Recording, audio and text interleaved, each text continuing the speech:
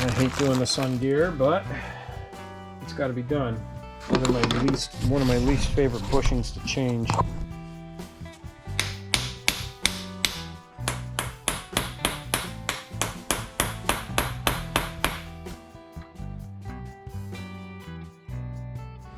Well, if you like some tricks on doing things more efficiently with less effort, here's a bushing that has been a real bugger to get out of there. And normally to get this bushing out of here, we would take a little, you know, like a chisel like this for cutting into the bushing, and then it usually gets it to flip on its side, and then you can pull it out of there. Well, I have a different idea on how to do it, and it works pretty good. Let me show you here. So I have this kit, it's called the blind hole puller kit. And that's not a blind hole, which makes things even easier. So this puller, which normally goes on a slide hammer, so you could pull something out of a blind hole, it expands open as you tighten it up. So we're going to put it in here, tighten it up, so it locks in behind that bushing. And then we're going to bring it over to the arbor press. So we'll use this to bridge the gap here on the arbor press. Then we'll take the whole assembly, put it in here. We'll take a driver that fits through, and then we can just push that bushing right out of it. And there we go. It's that easy. Boy, I wish I figured that out years ago. But it's almost effortless that way. So then of course we use the arbor press to push in the new bushing, which the sun gear in the AOD is one of those bushings you want to do on every rebuild. Push that in where it goes, get the right bushing driver, and then get this down just below the chamfer where it should be, and that's it. Quick and easy.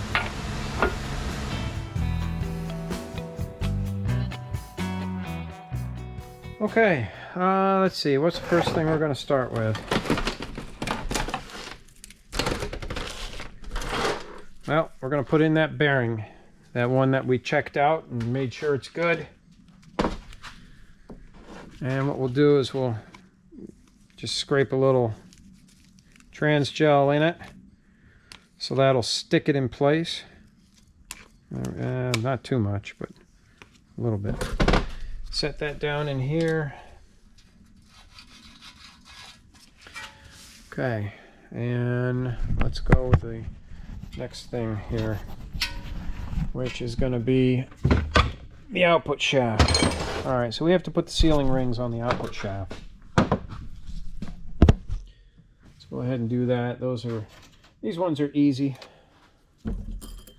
Just go down, just spread it out enough, walk it on, spread it out just enough, walk it on, get it in the groove, and then, you know, hold the one side, come around, and that's it. See if I could do it this way. I don't know if it just walk it on, hold this one side, then come around, and just like that. And then the last one. Quick and easy. Okay, let's set the camera up over here. See if that looks good. So, all right.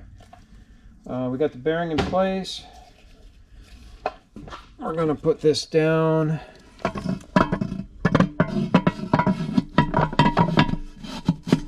Okay, here we go. That's there. And all right, so here's the direct drum, the bottom of the direct drum. Now I'm holding it up so that hub doesn't fall out, but we've got to put the thrust bearing on the back side of the direct drum. So we're going to put a little bit of trans gel, and then put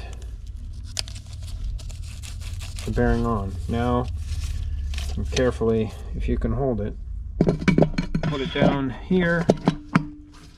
Okay, and there it is. Now, we made it that far. Let's do this. We're going to air check the drum. Oops, that's the lube circuit. See that? This is regulated to about 35 psi. That has a nice apply. So what we're doing to do that air check is there's 2 holes here. This one's a lube feed, and then this one is the direct clutch.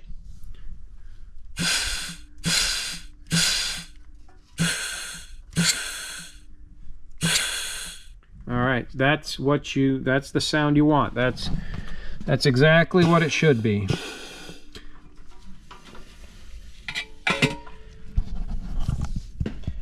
Now, back when I first started, let's see. Well, I worked at a transmission shop for a while, but then when I moved out of my parents' house, I was putting together transmissions. Or no, this was when I still lived at my parents' house. In the garage, I built a couple transmissions. And what I would do is I would take one of those 5-gallon air tanks. Gosh, it might even be this one here, but like that one, this 5-gallon tank. I would bring that to the gas station, and I would fill it up with air because I didn't even have a compressor at home. So I would fill it up with air, and I had enough air in it to be able to do air checks on the transmission. Very important to do air checks. You got to test this stuff on the way. You don't want to, this is easy to get to now. If that drum had a leak, I could pull it right out of there and fix it. But if you get it in the car, now you got to, and then take it on a road test and say, oh, geez, not getting any 3rd gear or 4th gear. There's something wrong with the direct clutch, and you pull it out. And you find out I cut a seal, and so you got to go through all that extra work, all that backtracking to fix it. Do all the tests that you can do along the way. This way you can address the problem while you're right there. And this way, if you know everything air checked and all these other quality control things you did along the way, when you think back, you're not going to have questions if something isn't right in the car. But if you do all these things and make sure they're right, chances are it's going to work when it gets in the car. Okay, so what's the next thing here? We have a flat snap ring. Now, I like to put this, let me get this camera oriented where 12 is 12, 6 is 6, 9 is 9, and 3 is 3. So I like to take this and put the gap of the snap ring at 3 o'clock. And you say, well, why 3 o'clock? So that snap ring is really just the band sits on it. And I like to put the gap of the snap ring at 3 o'clock because the band has movement over here. It's got less movement over here. You could put it at 12 as well because it's anchored on the outside, but I just tend to put it at 3. Anywhere between 12 and 3, or even 11 and 3 is going to be fine with it. But that's where I like to put it. I haven't had any problems. So the next thing that goes in is the reverse band itself. Now, if you do a lot of different transmissions, Turbo 400 band is so close to one of these, but it's different. It'll drop right in, but you won't have reverse. All right, let's look at the Planet here. Let me move this down a little bit. All right, so the Planet, we got to put this is called the low roller, one-way clutch. It's not really a sprag, but it is a one-way, and some people call it a low roller. So that goes there. I've never really found it necessary to replace this bushing or this bushing, so I don't.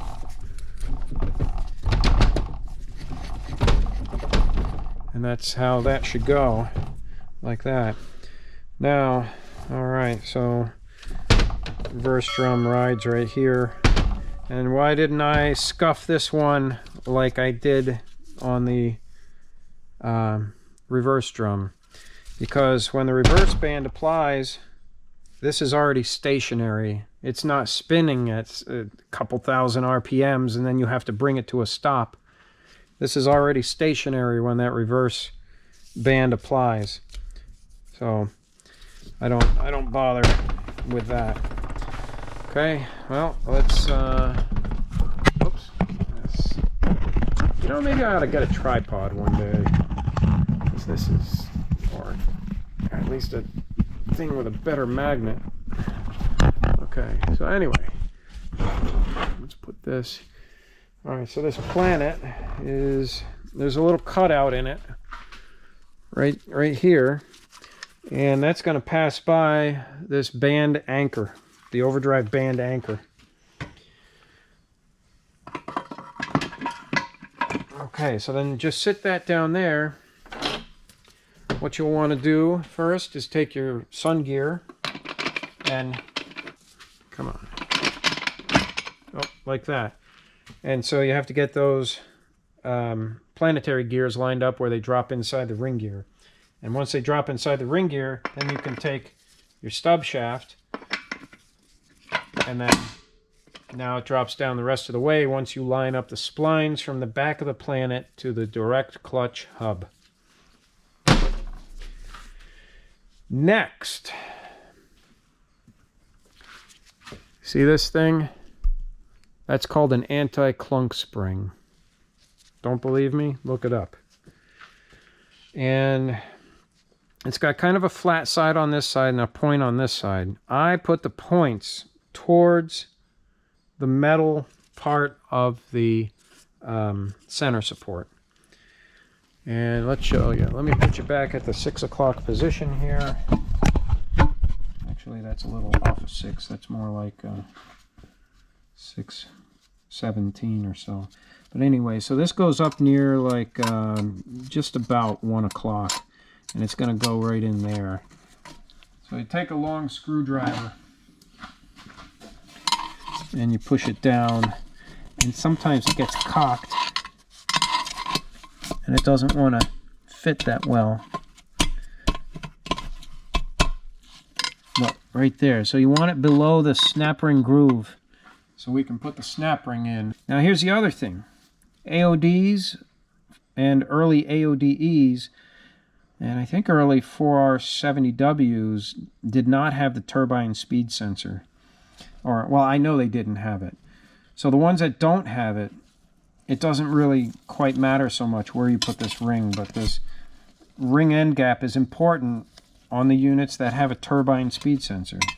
You'll have to put it where the tang that sticks up, where it bends up, is about, what is that, 4 o'clock or so. So that will allow the gap clearance for the turbine speed sensor, because if you put this in any other position where the ring is over here where it's going along, turbine speed sensor won't go in. So you have to have that gap for the turbine speed sensor. So that part that bends up, that goes at 4 o'clock. All right, what are we going to do next? All right, we're going to put in the sun gear. That to go down. It's already got the brace and the bearing on it. Next thing to go in, sun shell. Remember what I talked about these being either magnetic or not magnetic. Then we have a bearing that goes there. See, this one's got tangs on it, so very important that you have that upper bushing or forward bushing set to the proper depth in this sun shell. So that goes there. Now we have the forward clutch hub. And even though there's kind of a recess for this to sit in, I like to put a little bit of trans gel just to make sure this thing's not going to pop up and do that. You know, it sticks right down where it should be. Okay, now what do we got next here? So we have another bearing, which is this, and it's going to go into the reverse drum. We're gonna scoop some trans gel in that, so it'll stick right here. Okay, and we're gonna put it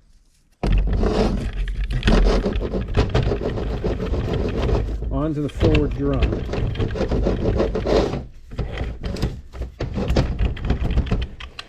Okay, and now you know it's all the way down when you can feel it rocking on that bearing like that, and then you pay attention to how close it is here. Okay, well, before we go and drop this in, let me move some of these tools out of here so we have some room to work. All right, pump over here. It may not reach, but we're going to drop this. We're not going to drop it. We're going to try not to drop it. We're going to set it in place. Oh, there it goes. Okay. Now, air checks along the way. That's what we want to do here. Get the blowgun. And here's the rubber tip that goes on here. Now this one is going to lift, lift the intermediate piston. That's lube.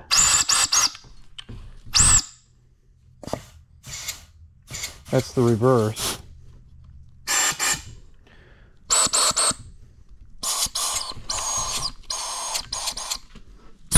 Whoops. Did it again. Alright, so sometimes these plastic rings are a little fussy.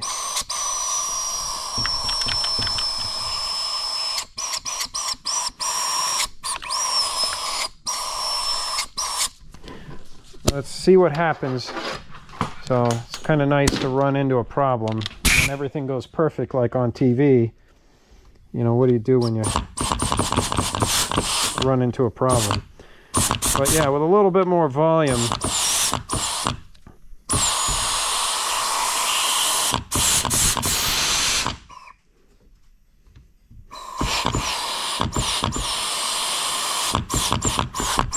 it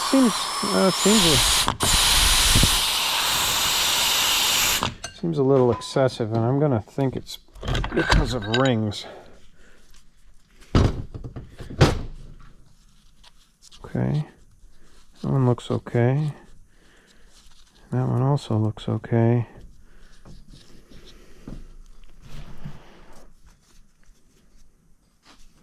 So it comes from here out of that slot.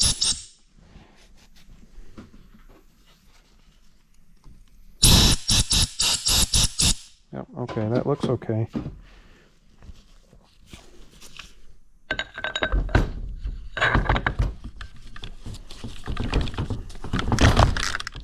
Okay, make sure that's all the way down. Yeah.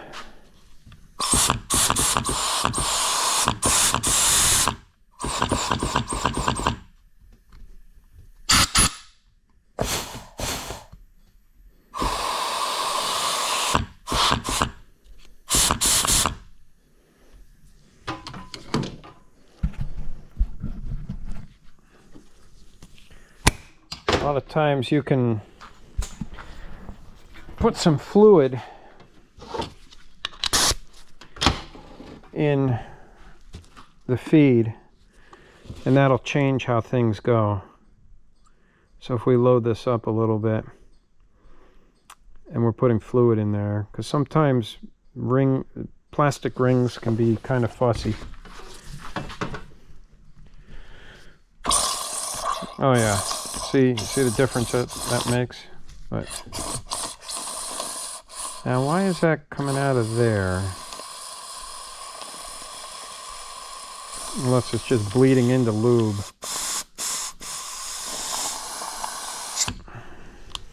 I don't know. I think I'm gonna have to investigate that one. I don't think I have another forward drum to oh yeah, it's just, you know what, it's just leaking past the rings a little bit. I think once they start moving and they yeah, see how they kind of butt together like that? The cast iron rings are like kind of open where they get compressed.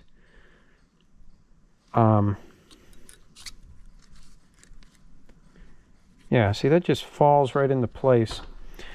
So it's not anything to do with a crack or a cross leak in the drum. It is just how the rings air check. You know what? I had the old ones. What did I do with the old ones? Just for the heck of it, I'm going to put the original rings back in and see how that goes. Okay, let me show you a prime example of what I mean about people are, well, you got to change all that stuff. If you don't change it, you're doing not a good job on it. You're a hack. You know, that's what people want to say. But look at that. Look at that. Those are the rings that have who knows how many miles on them. See how nice that air checks? Those are the original Ford rings. These are brand new aftermarket rings. I think they're garbage. Obviously, you can see what works better. Now, this is a prime example of why you want to air check along the way. Look at what we just discovered. It took almost full shop air to apply the clutch. And now, and it was leaking into the lube circuit so much. Yeah, great. Lots of lubrication, but the forward clutch is slipping. So, anyway, look at how nice this applies. I'm like barely squeezing the trigger here, and it applies that forward clutch perfectly. So, you know what? Test that stuff. If you've got to question it like that, try a couple things. 5 minutes. It wasn't even 5 minutes. 2-3 minutes now is better than like 6 hours to pull this thing out of the car, tear it back apart, and then start doing testing. You know, especially after you threw away the old parts. Test along the way. This is exactly what I'm talking about. Prime example. And that's an experienced part. That part knows what to do. It's going to work. You know, that is not the type of part that, oh, you have to get in there and replace it every time. You don't. You don't have to. So, you know, just telling you, test along the way. It's going to save you a lot of grief, because that would have been a problem going in the car. Maybe that ring would have set, but maybe not. So, okay, here we go. Back to stacking things up. So we're going to take that forward clutch and direct clutch. Oh, wait a minute. You know what? That's the stub shaft. And I ordered a heavy-duty stub shaft. It did not come in today. It might come in tomorrow. So I guess I'm not going to put those drums in and the pump and stuff. That'll have to happen tomorrow once I find out whether that heavy-duty shaft gets here or not. Well, I got a box from Transgo.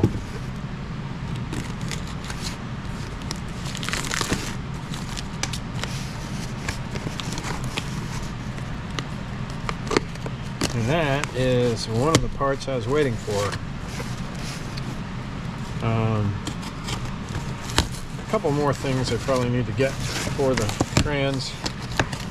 Thought I had everything, but the pan that I have over there is not really kind of rusty. I don't really want to put that on.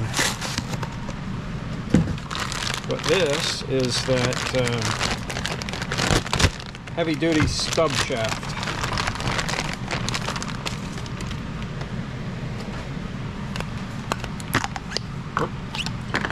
Alright, there it is. So here's the original, and there's the heavy-duty.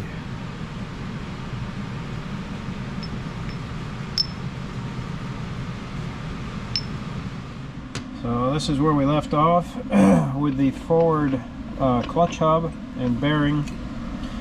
And of course you don't want to forget this. It goes right in there. And then we take the forward clutch and reverse clutch as an assembly, and we drop that in.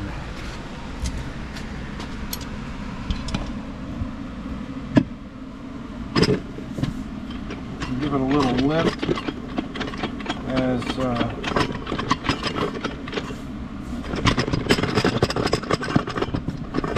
you kind of go around like that.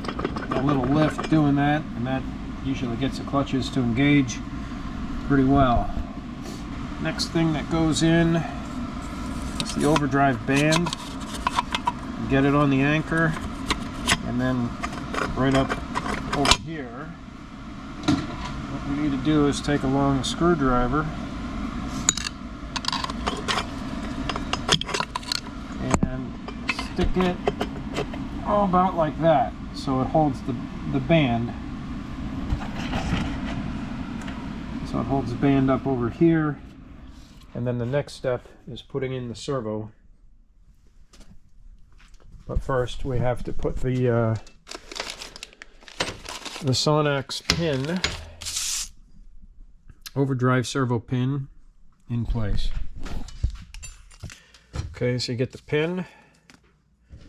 There's a spacer to put on there, and I think the spacer makes for a little bit firmer overdrive apply. And then there's a small O-ring, and then you put the bigger O-ring on this side here. Just kind of roll it up into place. They give you a new E-clip as well. So I bought a new servo, but the new servo, we're going to get rid of the pin on it.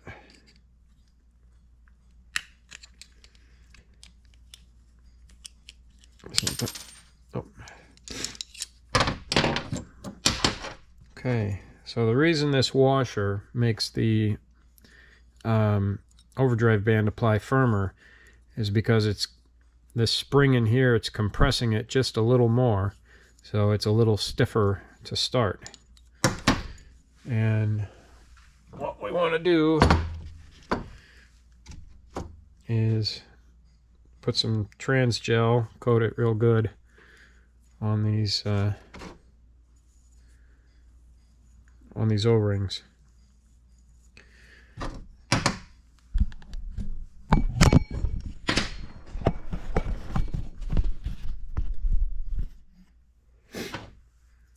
And then just push this down. Normally I'm wearing gloves, but all right, so it's gonna go in there like that.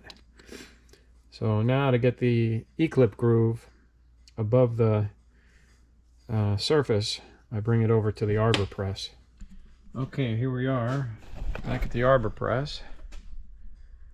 That's a Greenard, I forget what model it is. I think it's a 3.5 or something. Anyway, it's a nice, real nice arbor press, and something you kind of need if you're doing transmission work. So it's got this nice little plate here with different holes in it for holding shafts, and then a couple of them are filled in between on the slots. So I use one of those slots,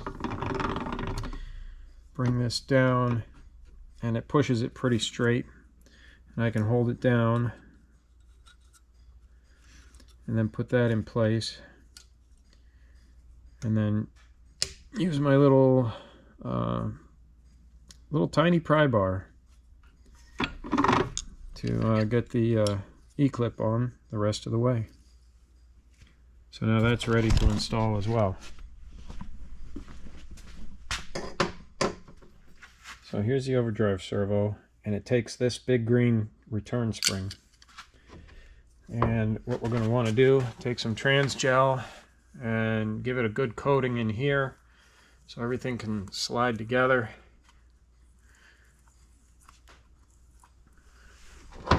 And then a little bit more around the leading edge of the servo bore itself, right in here, the pin bore. So this way, none of those O-rings, you know, this is where the big seal is going to contact, and then the O-ring on the shaft is going to contact in here.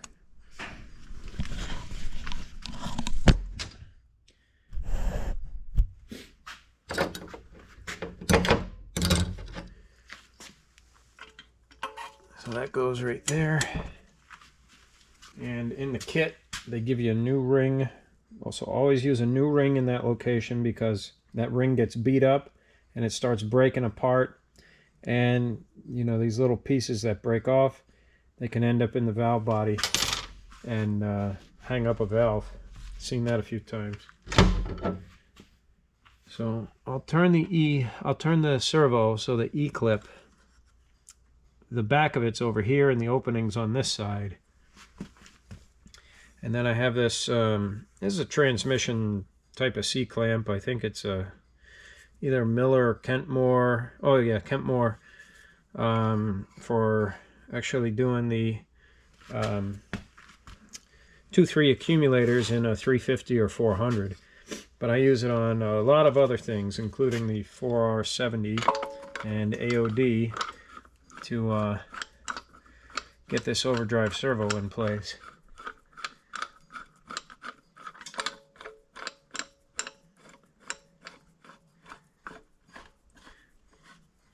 So as that starts getting pushed in there, it's going to expose where the snap ring goes, which is just about there. Yep, okay, so it's there. And then take a pair of snap ring pliers, and I'm going to put this, just grab a hold of it.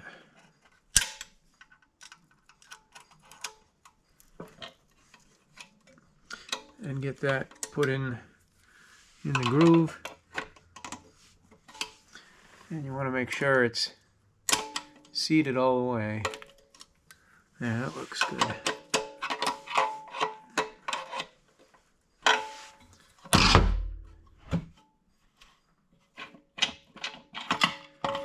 Now, the reason I want the E-clip facing this way is because this wants to pull that way.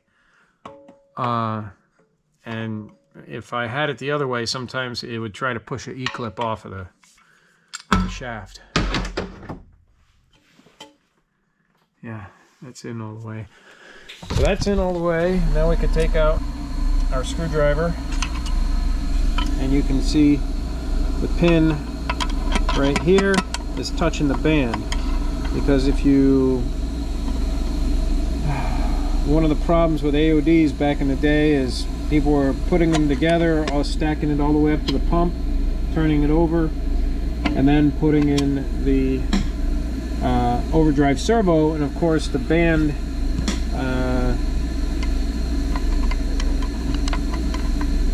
I guess that's the anchor part of the band, or where the servo pin, or there's a name for it, I can't think of it at the moment, but so this ends up down here as the band wants to unwrap.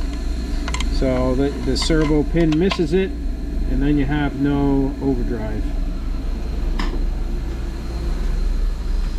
Okay, so the next step from here is intermediate clutches. And with this, we start with the pressure plate. Just like that. Then we put in a clutch.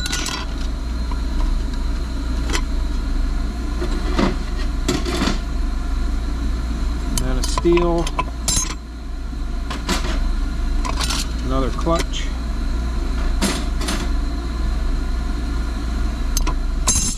Steel. Make sure they're all the way down. And alternate clutches and steels. That's how it stacks up more surface area. Okay. Now, next thing is, we'll go back to our parts that we laid out here, and this is the anti-clunk spring for the intermediate clutches. And I'll position the camera over here back at 6 o'clock. Kind of 6, well, 5:30-ish. But anyway, so this will go in like this, where the round, oops, let me see, put it in front of the camera here. So this round part is going to go up against the case. This narrow end here, this side is going to go in, and the flat side is going to be up against the clutches. So, like that, and it goes right there at about 1 o'clock. And that keeps these clutches from rattling around.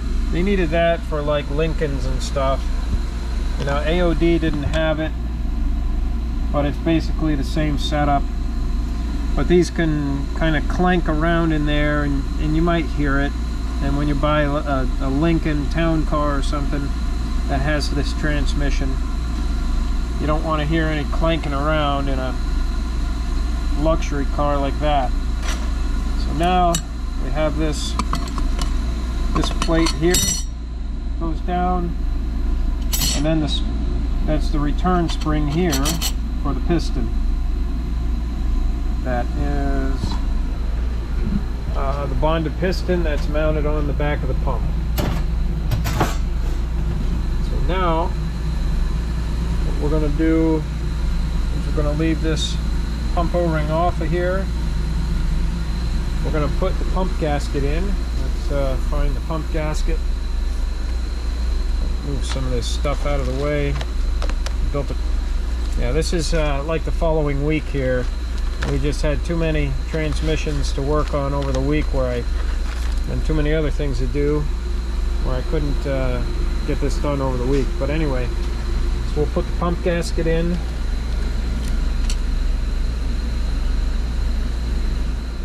So as of now, it's got the washer that it came with. That's the end play washer there. And so that's on there. So we're going to turn the pump, take it off of the stand, turn it upside down. And then I take like a regular size number 2 Phillips screwdriver, like this. Drop it in that hole, and that's going to help me align it to the proper place down here. So it'll all come together. And of course, there's no pump O-ring on there, because what we're doing is mocking it up to check for end play. Get a couple pump bolts, and we'll put those in.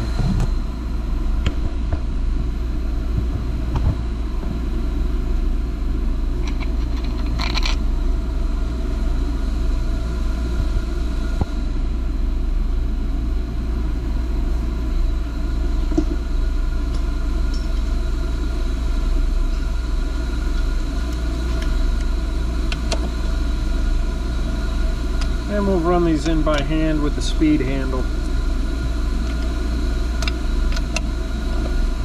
Doesn't have to be super tight, just has to be seated.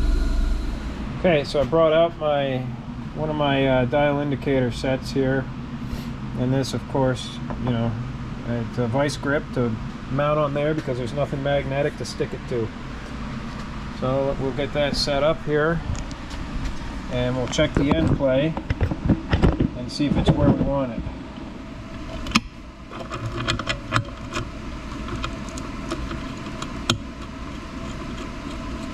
So we'll get it mostly set up, and then the last thing we do is we put the gauge in place.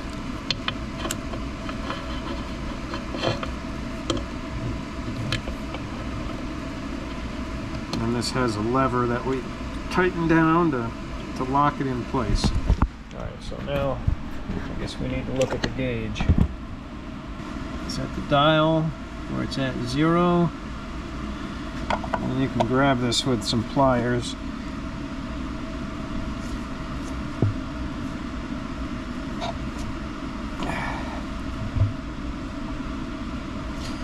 Oh, we got about 15.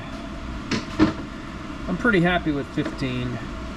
That's enough. It's towards probably the lower end,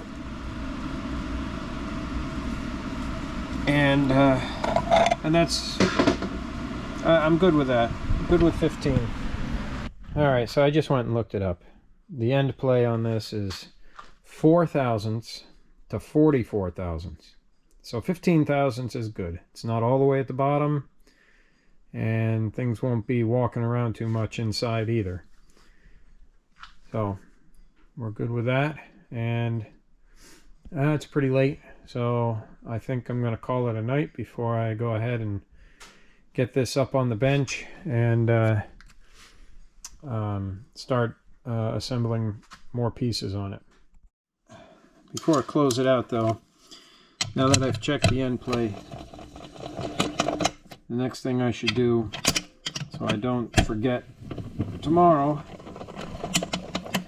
is put the pump O-ring in there. I think there was one time that I left that out, and you know what? It leaks, and it leaks good. So without the pump O-ring, you can simply pull the pump up without using the special pump puller tool. Okay.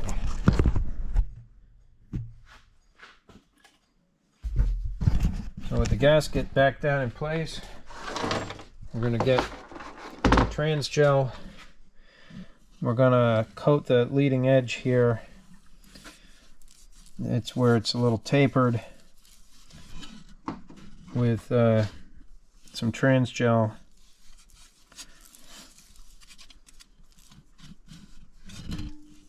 So that pump O-ring can go in there. Here it is here. Put that on the pump. I'll show you, since I have the trans gel on my hands, I might as well pull this around and try to get the whole thing coated so it doesn't hang up anywhere. Okay, so now we'll turn this back over. Get our number 2 Phillips again. And we're going to put the pump down inside here. We're good with the end play washer, and everything else is in position. And then we just give it a good push like that, and that's in place. So now, with a little brake clean, I'm going to just make sure to clean off these areas here, like that, in case any fluid got on them. We're going to drop these bolts in place, and I'll get the rest of them.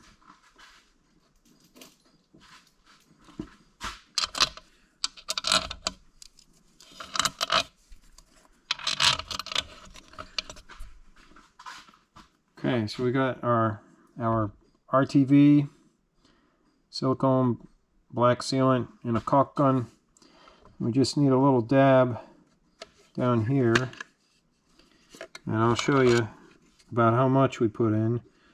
A little bit like that, because as the bolt goes down, it'll spin that around. and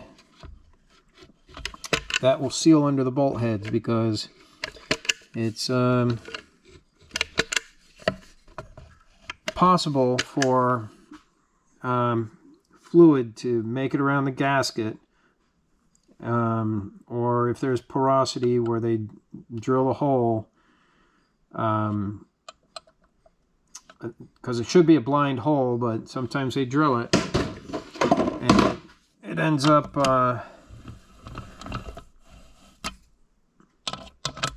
you know, getting fluid in there, and it can run along the bolt and then leak out. And basically, you know, putting this sealant under the heads will prevent that from happening, where we don't have some weepage just continually coming out of the trans, out of the bell housing area.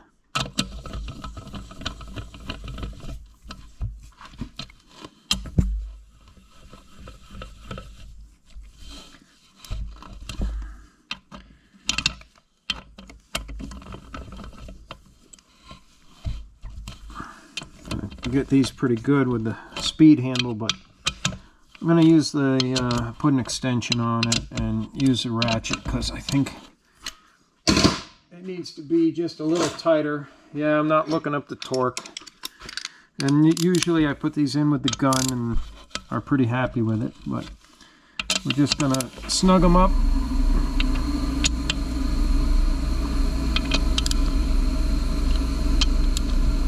And you know, if you got a good sense of how tight bolts are supposed to be, you can do these without putting a torque wrench on it. If you don't have, if you're not confident in that, then look up the torque and put a torque wrench on it, and then you won't have any questions on, you know, whether it's too tight or too loose. So that's that, and that's it for tonight. I will be back shortly. Okay, anyway. Okay, so we got a new EPC solenoid. Correct for a 2006 4R70W.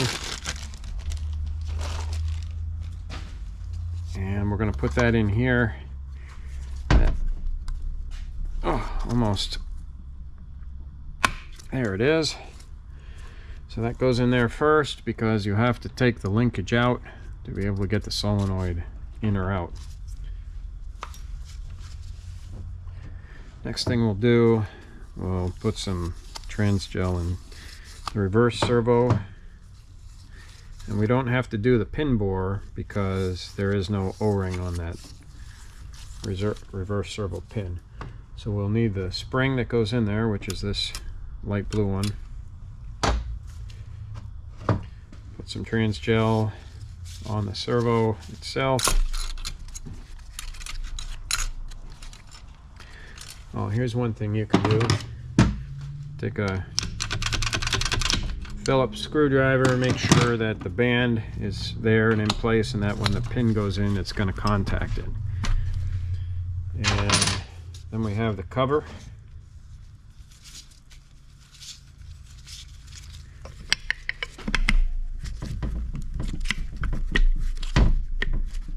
And that the spring is just barely light enough to be able to get this in by hand without compressing it.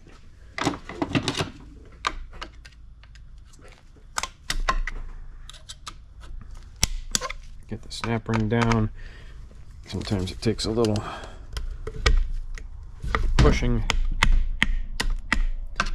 And make sure the snap ring is in its groove.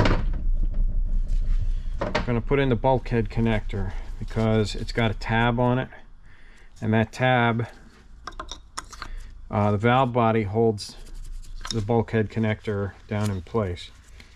It gets a new O-ring here.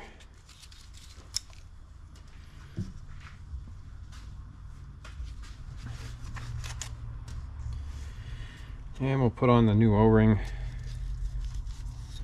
Of course, some trans gel on the O-ring, and some trans gel in the hole there. are a little tight to get in there. Make sure that we don't have any dry spots. Make sure the tab is facing towards the inside. There we go. Soft rubber hammer to put that in. And the next thing we'll do is the 2-3 accumulator.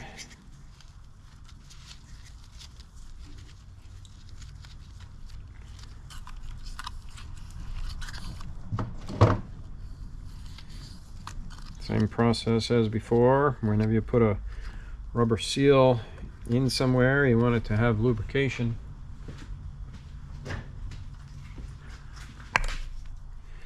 And then I use my snap ring pliers to hold it so I can make sure it goes in square to the bore. We have the brown spring there. And then we will modify this, but before we get to that, I'll get it. okay, now we're going to work on the 1-2 accumulator. So before the spring goes in there, we're going to put some trans gel on the leading edge up here, and then inside it's 2 steps. So if you don't have short fingers like me, you can reach it easier. But all right, so we got trans gel on both of those leading edges, and we have a new 1-2 accumulator. So we're going to put the spring in place. Actually, you know what? I have some information on what I want to do for shift improvements, and it may require something different with these springs. So before I put this together, I'm going to take a look at that, because it's been a long time since I've modified one of these in that fashion. So here's some information that I printed off the internet. Apparently back in, I saw a date on here, so, oh yeah, 2007. So I've had this for 17 years hanging around. And it comes from the Thunderbird and Cougar Club of America website. They had some information there on transmission repair and modification for the 4R70Ws, which were used in that era Thunderbird and Cougar that the club was focused on. I don't know if it's still in existence, haven't looked it up, but yeah, so it so they have somebody had set up you know, different horsepower, mild to 300, 300 to 450, 450 to 625, and I'm just going to set things up in the 300 to 450 range. So with that, we will be putting the springs, all the springs in here that belong in there.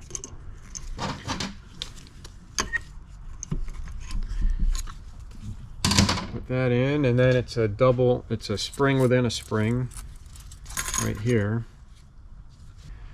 And then the kit comes with a new cover to go on there. And again, I'll use that Kentmore C-clamp.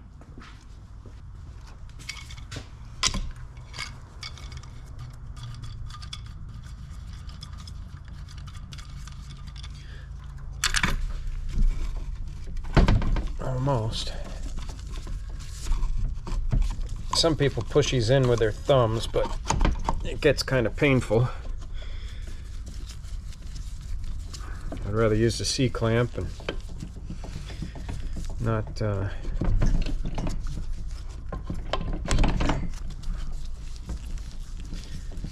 cause damage to my thumb.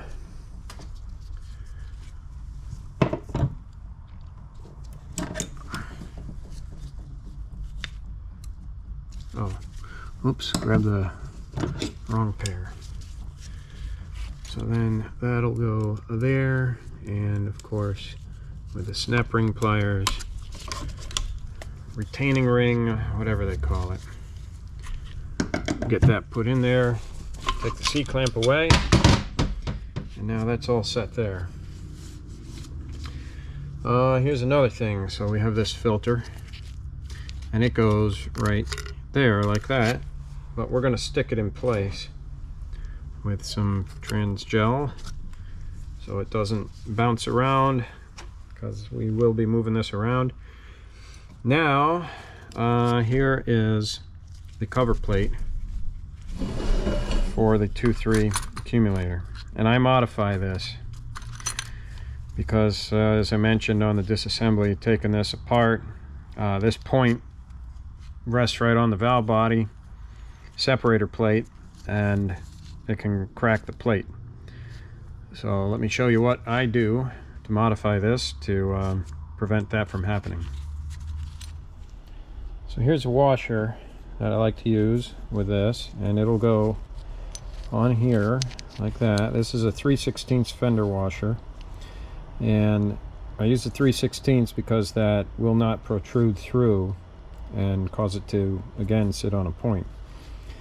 And what I do is I take it to square it up, the two pieces together like that, and then I will use some brazing rod and just put some brazing over here to get them connected together.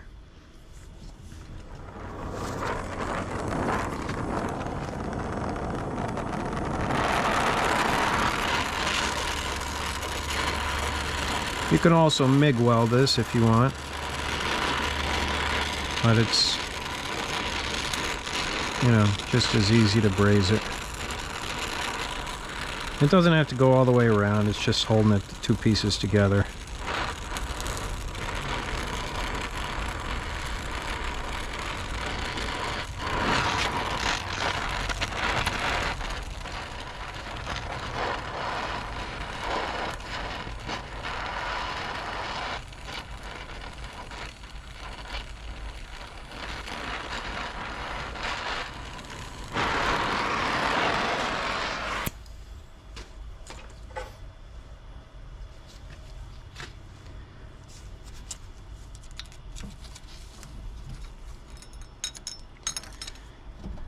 Next thing I'll do is take it to the bench grinder, but you can see how it's got a nice big flat wide area here, and a little roughage. I'm going to take that off on the side of the wheel.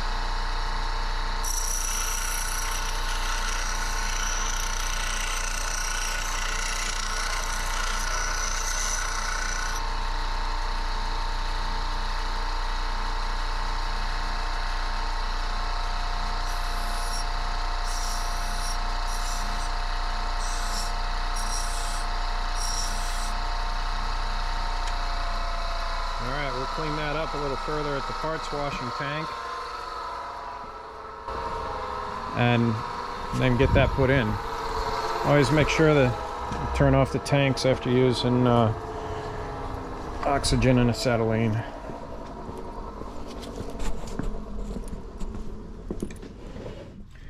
Okay, now that this is cleaned up, it just sits right in there. And then the next thing will be the shift shaft.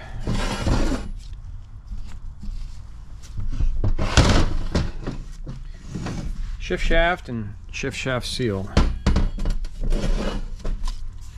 And pulling out the old seal, we got a little gouge here. But what we're going to do is, like I do with most seals here. Now if you look, there's this is like it is a lip seal really, but this is the inside where it's got that recess area, and then the part number is on the outside, so it'll go in there like that.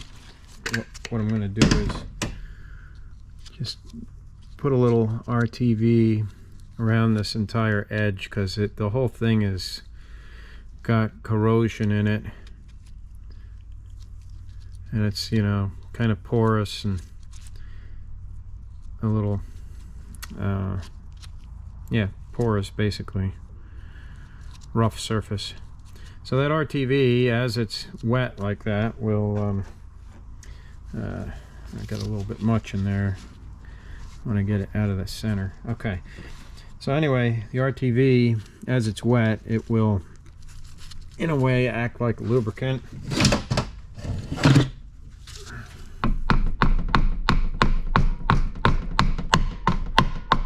For the new seal to go in, and then a 13/16 snap-on socket will drive it the rest of the way. And you don't want to hit it hard, you just want to get it to seat, because you can distort the seal and compromise its ability to seal.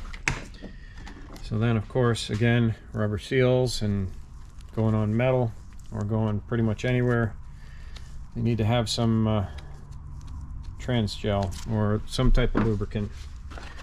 On this, we have a new shift shaft going in, new one from Ford. Yeah, on that one it's part number F75Z 7 Charlie 493 AA. So we'll put this in a little bit.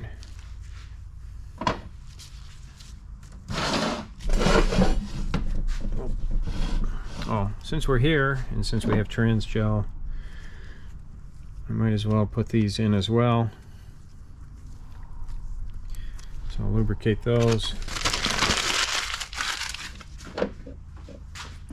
And I decided, you know, the sensors don't really go bad very often, so many times, the majority of the time, I reuse them.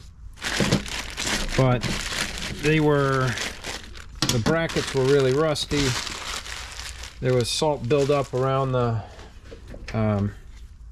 where the O-rings were, and I said, I'm just gonna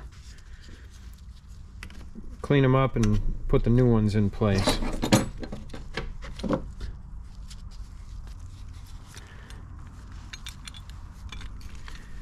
If it was going in some rusty old pickup truck to plow snow, well, we wouldn't worry about the brackets being rusted as long as they would hold.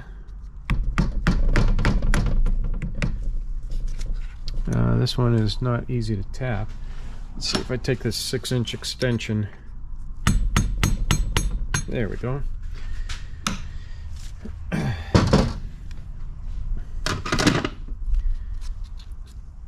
And then we have the 2 bolts for those.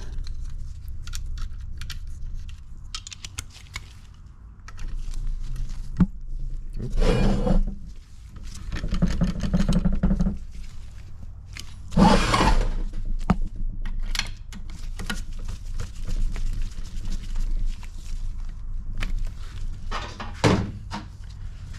Okay, so that stuff's done. Let's move on to the, let's move on to the park linkage and prindle, or roost. Some people call this a rooster comb. It's the basically the shift detents that position the manual valve to the correct location when you go to put it in gear. So there's that. That just lines up like that, easy enough.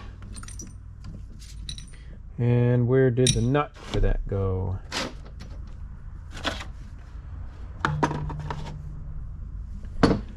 Oh, you know what? I'm wondering if this, yeah, this, you know what? This unit, the shift shaft was missing out of it, so it didn't have the nut. Let me find a nut. I know I have them floating around here. Okay, so I found a nut, but I also made a discovery as I was looking on my shelf of 4R70W stuff. So when this goes in, which is going to be probably about, I'll tell you right. Oh, that doesn't fit.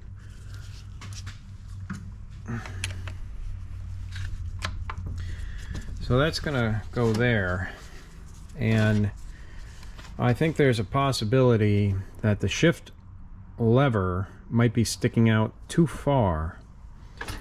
On my shelf I found this one where it's going to be in quite a bit, and it's a lever that's integrated with the shaft, and actually it goes upside down where the neutral safety switch hangs down. So I am not sure if we can get away with this longer shaft or if it's going to conflict with the tunnel. I'm hoping to do this because it'll be easier just to take one of these and modify it versus modifying this for the proper, because chances are we'll have to modify something for proper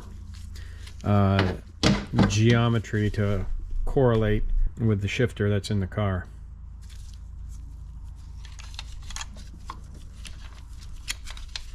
But we'll go with this for now.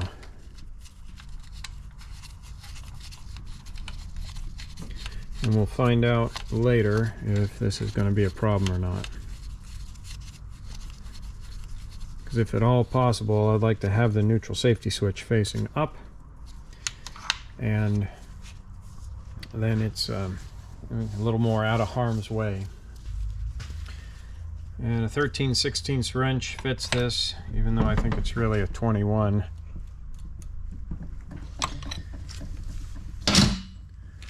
And along with that goes a roll pin to keep the proper location. Now we're going to tap that in only a little, because I think, well, we'll put it, that's about where it needs to be, but I'm not going to drive it home. If you drive it all the way down, it's going to be very difficult to get it out. You'll have to weld a coat hanger to it, and then you can pull it. Yeah, it looks like next step we're on to cleaning and modifying the valve body.